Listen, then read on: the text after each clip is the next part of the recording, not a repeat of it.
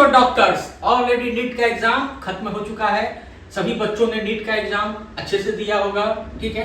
अब हम लोग एग्जाम पे एनालिसिस ना करते हुए हम लोग देख लेते हैं कि इस साल का कट ऑफ जाएगा क्या। थोड़ा बहुत हम लोग एग्जाम का भी एनालिसिस इस बार देख लेंगे कि पेपर कैसा रहा है। ऑलरेडी सब बच्चों को पता चल ही गया होगा, बताने की कोई जरूरत नहीं है। पेपर लास्ट ईयर के मामला से थोड़ा सा इजी था। लास्ट ईयर पेपर तो सबसे टफ था, उसके अकॉर्डिंग 2005 से लेकर के इस साल का पेपर इजी ही गिना जाएगा। लास्ट ईयर की तरह पेपर टफ नहीं था, इजी टू टफ जरूर आप कर सकते हैं, लेकिन फुल्ली टफ ये पेपर 2026 का नहीं रहा। सभी बच्चों का एक ही एक्सपेक्टेशन है, क्या मुझे कौन सा कॉलेज मिलेगा।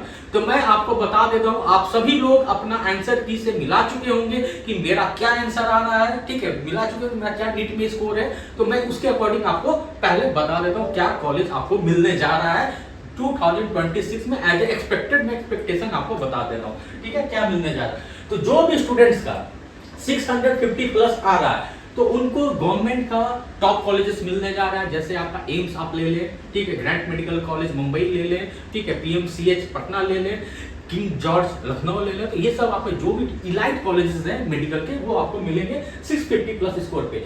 जो भी स्टूडेंट का 600 से 650 के बीच में स्कोर रहने जा रहा है, उनको कौन सा गवर्नमेंट कॉलेज मिलेगा। जो भी बच्चे का 600 प्लस इस बार का स्कोर रहेगा, उनको मान के चले एक जीएमसी तो जरूर मिल ही जाएगा, गवर्नमेंट मेडिकल कॉलेज कोई ना कोई उनको मिल ही जाएगा, ठीक है। ये डिपेंड करेगा कि आपका 600 कितना नंबर है, क्योंकि एक नंबर पर 3 से 4000 रैंक का डिफरेंस आ जा रहा है, ठीक है। और हमको जो कॉलेज इंडिया में मिल रहा है ओबीसी कैटेगरी में 29,000 रैंक है, तो आप सेफ जोन में है, ठीक है। वो भी आपको लास्ट राउंड में मिलेगा, ठीक है। अगर आप जनरल कैटेगरी है तो कम से कम आप मिनिमम भी कोशिश करें कि 26 से 27,000 रैंक लाने का कोशिश करें, तब आप सेफ जोन में आएंगे, ठीक है। और एससी एसटी का तो उनका लाख में भी रहेगा, तो कोई दिक्कत नहीं होने जा रहा है। अब हम लोग देख लेते हैं जो बच्चे का 500 से और 600 के बीच में रहेगा वो कौन सा कॉलेज चुने। जो भी स्टूडेंट्स का 550 से 600 के बीच में है, मैक्सिमम बच्चे इसी रेंज में आएंगे, ठीक है, 550 से 600 के बीच में। इसमें आप क्या करें, तो पहले आप सेमी गवर्नमेंट चूज करें। सेमी गवर्नमेंट कॉलेजेस होते कहाँ है, तो सेमी गवर्नमेंट कॉलेज मैक्सिमम आपको देखेंगे तो केरला साइड, इनको फीस के अकॉर्डिंग देखा जाए तो सबसे कम फीस आपको केरला मिलेगा, छत्तीसगढ़ मिलेगा। छत्तीसगढ़ में आज के डेट में पहले तो आपका रिम्स था, भिलाई था, ठीक है, 2 कॉलेजेस थे, अब टोटल कॉलेज बढ़ के 5 हो चुके हैं, ठीक है। तो वहां भी एक आपको अच्छा नंबर देखने को मिल रहा है। एक जो कॉलेज है Saint John Medical College Bangalore, उसमें ओपन कैटेगरी में मात्र 2 ही सीट है, ठीक है। तो वहां का कट ऑफ तो हाई जाएगा ही जाएगा। तो वो जो सेंट जॉन मेडिकल कॉलेज का जो भी कट ऑफ जाता है, जितना गवर्नमेंट मेडिकल कॉलेज का कट ऑफ जाता है, जो मान के चले न्यूली ओपन हुआ है या मान के चले 5-6 साल हुआ है, तो उसके according Saint John Medical College का कट ऑफ जाता है। बाकी बचा रिम्स, तो रिम्स का कट ऑफ लो जाता है, आपको 70-80 हजार रैंक आ रहा है, 70,000-80,000 रैंक आ रहा है आपका नीट में, तो आपको रिम्स आराम से मिलने जा रहा है। केरला के कॉलेजेस भी आपको आराम से मिल जाएंगे, आपका 70-80 हजार तक रैंक रहा, तो आप इस रैंक को जरूर जमाएं, तो रैंक के अकॉर्डिंग आप काउंसलिंग करें। और जो भी बच्चे का 500 बिलो आ रहा है, तो आपको नीट की एक अच्छी काउंसलिंग स्ट्रैटेजी बनानी होगी। आपको सोच लेना होगा कि मुझे क्या प्राइवेट से एमबीबीएस करना है कि नहीं करना है। आप सोच लीजिएगा यार मुझे किसी अदर कोर्स में स्विच करना। अगर आप इंडिया से प्राइवेट एमबीबीएस कॉलेज करने जा रहे हैं, अगर आपका 500 बिलो स्कोर है, तो आपका बजट 75 to 80 नहीं रहा, तो आपका पॉसिबिलिटी नहीं बन रहा है एमबीबीएस इंडिया, ठीक है, एक अच्छे कॉलेजेस, ठीक है। अब हम लोग थोड़ा सा देख लेते हैं कि इस बार का जो पेपर रहा है वो रहा है कैसा। तो देखिए, जो भी बच्चे, सबसे पहले मैं ऑलरेडी बता चुका हूं, हमारे जो भी चैनल्स में बच्चे होंगे मैं ऑलरेडी बता चुका हूं अच्छा स्ट्रेटजी नीट में नंबर लाने का क्या होता है। सबसे पहले आपको बायोलॉजी टच करना होता है, उसका केमिस्ट्री टच करना होता है, लास्ट में फिजिक्स को टच करना होता है। पहले अपने आप को सेफ जोन में लाना है। कब सेफ जोन क्या हो गया, कम से कम मेरे पास 300 नंबर कम से कम सेफ जोन में आ जाए। तो मैक्सिमम बच्चे का बायोलॉजी अच्छा होता ही होता है। जो भी बच्चे नीट का तैयारी अच्छे समय से कर रहे हैं, बायोलॉजी आपका 50% मार्क्स डिसाइड करता है। 50% नीट का जो वेटेड है वो बायोलॉजी का है। इसमें बॉटनी और जूलॉजी दोनों आते हैं, ठीक है।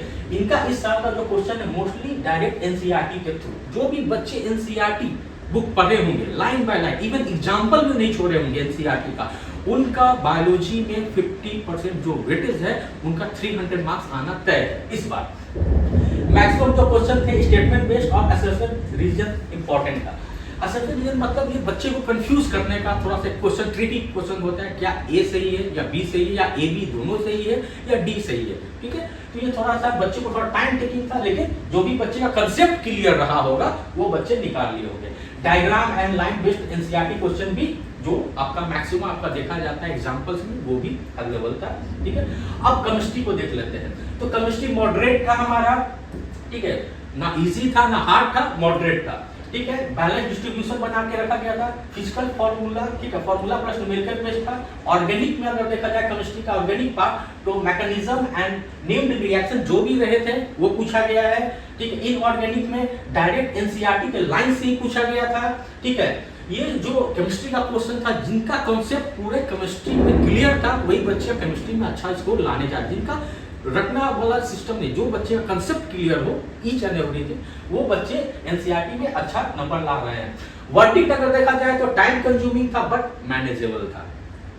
फिजिक्स ये आपका डिसाइड करने जा रहा है, जो भी बच्चे अच्छे हैं, जो जिनको गवर्नमेंट कॉलेज मिलने जा रहा है, ये डिसाइड करेगा कि आपका रैंक डिसीजन आपका सेक्शन यही है, ठीक है। फिजिक्स मोस्ट चैलेंजिंग सेक्शन था सभी बच्चों के लिए। फोकस एरिया इसमें मैकेनिक्स था, मॉडर्न फिजिक्स था और करंट इलेक्ट्रिसिटी था।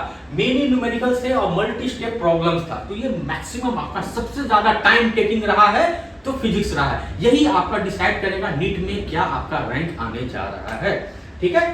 अब हम लोग देख लिए, अब हम लोग थोड़ा सा देख लेते ओवरऑल डिफिकल्टी क्या रहा। तो ओवरऑल डिफिकल्टी मॉडरेट से लेकर स्लाइटली हाई था, मतलब थोड़ा सा मीडियम से लेकर थोड़ा हाई भी था।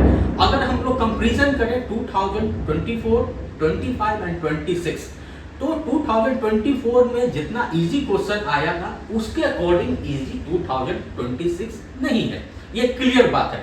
मैक्सिमम बोल रहे हैं कि 2004 से भी हल्का आया 2026, तो ऐसा नहीं है। 2024 में कट ऑफ गया था 650 प्लस में भी ओबीसी कैटेगरी को गवर्नमेंट कॉलेज नहीं मिला है। इस बार ऐसा नहीं होने जा रहा है, ठीक है। इस बार क्वेश्चन इतने भी इजी नहीं थे, क्वेश्चन इजी थे लेकिन लेंथी थे, ठीक है। बच्चे को आ रहा था लेकिन टाइम कंज्यूमिंग क्वेश्चन था, ठीक है। जो बच्चे सब कुछ पढ़े भी होंगे, सब कुछ उनको आता भी होगा, लेकिन टाइम टेकिंग था। टाइम जो बच्चे मैनेज नहीं कर पाए, तो मैक्सिमम बच्चे के पास दिक्कत होता है टाइम मैनेजमेंट को लेकर के। तो ठीक है, जो बच्चे का टाइम मैनेजमेंट अच्छा रहा होगा वो बच्चे तो टॉप करेंगे ही करेंगे। अगर बात करा जाए 2025 का, तो 25 में देखा जाए तो क्वेश्चन बहुत ही टफ पूछा गया था। इतना टफ पूछा गया था कि कट ऑफ जहां से आपका 650 में जहां गवर्नमेंट कॉलेज नहीं मिल रहा 2024 में, लास्ट ईयर आपका 550 में आराम से गवर्नमेंट कॉलेज मिल रहा है, ठीक है। तो इसी अगर देखा जाए 2026 में, तो 600 जो आपका चल रहा है, आपका सेफ स्कोर चल रहा है, आप मान के चले 2026 2023 की तरह था, ना कि 2024 की तरह रहा। तो 2023 में जो कट ऑफ गया है, सेम कट ऑफ आपका 2026 में जाने जा रहा है। ये अब मेरा एक्सपेक्टेशन है, आप आगे फ्यूचर मात्र 30 दिन के बाद क्लियर हो जाएगा। आप देख लीजिएगा मेरा वीडियो और याद करिएगा कि सर ने सही कहा था। Thanks for watching. और कोई भी क्यूरी हो काउंसलिंग रिलेटेड, तो हमारे दिए हुए नंबर का संपर्क करके नीट रिलेटेड काउंसलिंग की गाइडेंस ले सकते हैं। Thanks for